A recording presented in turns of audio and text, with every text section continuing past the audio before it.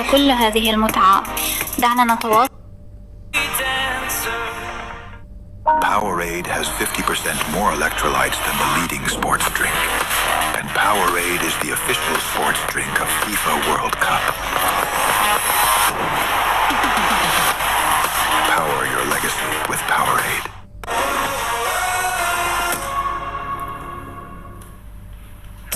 It's 0-0 after 45 minutes between Spain and Argentina. Coming up, we will get you back to New Jersey for the first ever World Cup final halftime show. This is the Coca-Cola halftime, and Spain are dominating possession after 45 minutes of play. 65% possession to Argentina's 35. Spain with 3 shots, 2 of them on target. We're still waiting for the first shot from Argentina.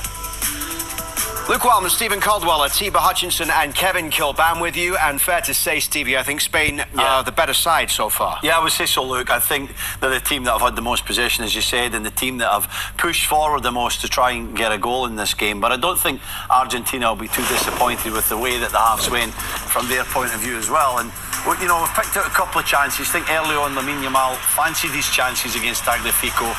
Lovely little ball from Dani Olmo again. He gets into a nice position.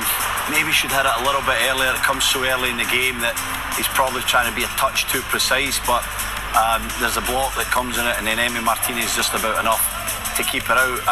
And Spain, particularly down this right-hand side, Kev, what a touch there from Lamine Yamal, have been pretty threatening. I think that's the area that they see as them getting themselves the most joy from. Yeah, it is. It is down the right. We know how they killed the game off against France as well down the right-hand side. A lot of their attack has come down in recent games down the right, as opposed to maybe early on in the tournament where a lot was coming from Marc Cucurella from left-back. But that's where they are. That's where the strength really is, particularly with Lamine Yamal.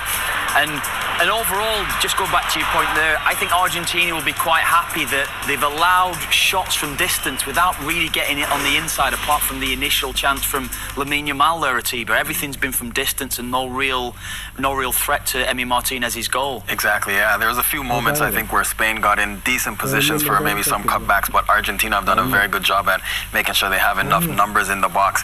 So this game is suiting Argentina, I'd say, in the way that the game is being played. A lot of stop and go, and Spain not able to get into the rhythm that they're used to. Yeah.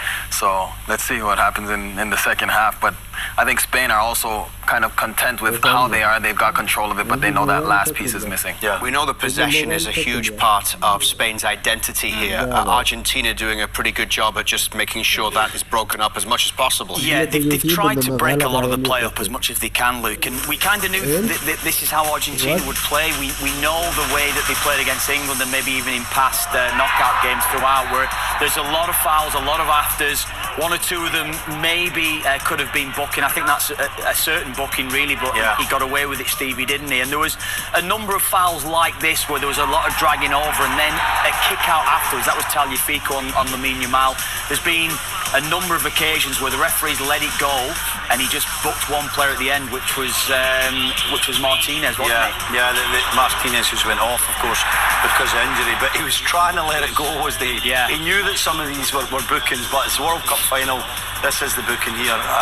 The scissor actions what gets him booked, really, and the fact that Yarthabal's on the breakaway. But yeah, he was trying to let it go, Kev. He did not want to start the game off early with a booking because he knows that puts him in a tough situation. He doesn't want to give a red card in a World Cup final. Nobody does. So that was the plan from Argentina, to break things up, to spoil the play a little bit, Luke, and to make it really difficult for Spain to get into that rhythm and that possession-based football that they like, Atiba. Yeah, exactly. They just slow down the game as much as they can.